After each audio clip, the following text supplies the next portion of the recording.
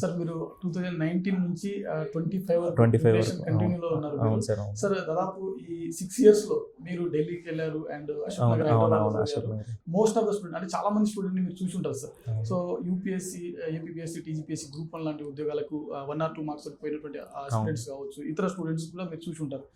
చాలా మంది students common గా చేస్తున్నటువంటి మిస్టేక్స్ ఏంటి అని అంటే మీరు ఏమంటారు సార్? ఒకటి కన్సిస్టెన్సీ సార్. ఓకే. అందరూ చదువుతారు, కన్సిస్టెంట్గా ఉంటే ఖచ్చితంగా సర్వీస్ వస్తుంది సార్. అదొక్కటే సింపుల్ రీజన్. ఇప్పుడు కంపేర్ టు నేను గవర్నమెంట్ హై స్కూల్ బ్యాక్గ్రౌండ్ నుంచి వచ్చాను సార్. నేనేమి పెద్దగా ఇది జేఈ మెయిన్స్ అడ్వాన్స్ కోర్స్ ఇప్పుడు 6th నుంచే మొదలైపోతున్నాయి. అట్లాంటిది కూడా ఏం తీసుకోలేదు. కంపేర్ టు వాళ్ళతో పోలిస్తే నా ఐక్యూ కూడా తక్కువగానే ఉంటుంది. కానీ నేను కంపీట్ చేసే వాళ్ళందరూ ఐఐటియన్స్ అయి ఉంటారు, యూపీఎస్సీ అయినా సరే ఇదైనా సరే. కానీ కన్సిస్టెంట్గా పెర్ఫామ్ చేస్తే మనం వాళ్ళతో పాటు ఆన్ పార్ ఒకే స్టేజ్కి వెళ్ళే అవకాశం ఉంటుంది సార్. సో కన్సిస్టెంట్గా సెల్ఫ్ బిలీఫ్ అనేది ఒకటి ఉండాలి సార్.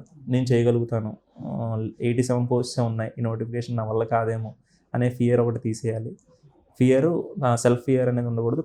సెల్ఫ్ కాన్ఫిడెన్స్ అండ్ కన్సిస్టెంట్గా రోజుకి 2 hours డిసైడ్ అయితే 2 hours కూడా కన్సిస్టెంట్గా, లేదా 3 hours అంటే 3 hours కన్సిస్టెంట్గా వాళ్ళకి ఏదైతే ఇష్టపడి చదివితే ఖచ్చితంగా వాళ్ళు అనుకున్న దానికి.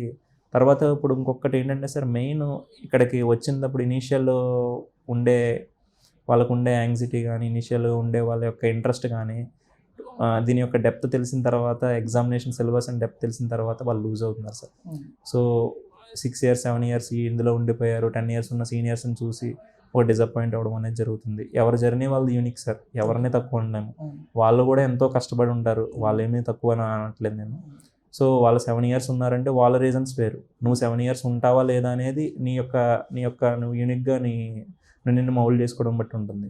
సో ఇది యూనిక్ జర్నీ. సో కన్సిస్టెంట్గా, పేషెంట్గా మీరు ఎందుకోసం పబ్లిక్ సర్వీస్లోకి రీజన్ అనేది ఉంటుంది సార్. రీజన్ అనేది మిస్ అవ్వకూడదు. డైలీ ఒక్కసారైనా రీజన్ తలుచుకుంటే ఖచ్చితంగా పబ్లిక్ సర్వీస్కి ఎందుకు చేద్దాం అనుకుంటున్నారు. అందరికీ హ్యాపీ లివింగ్ ఉంటుంది, ఈజీ ఎర్నింగ్స్ ఉంటాయి. సో ఎందుకు పబ్లిక్ సర్వీస్లో ఉండాలనుకుంటున్నారు, ల్యాక్స్ ఆఫ్ శాలరీస్ వదిలేసుకొని అనేది ఒక రీజన్ అనేది మిస్ అవ్వకుండా వాళ్ళు ట్రైన్ చేయగలిగితే వాళ్ళ బ్రెయిన్ ఖచ్చితంగా సక్సీడ్ అవుతుంది.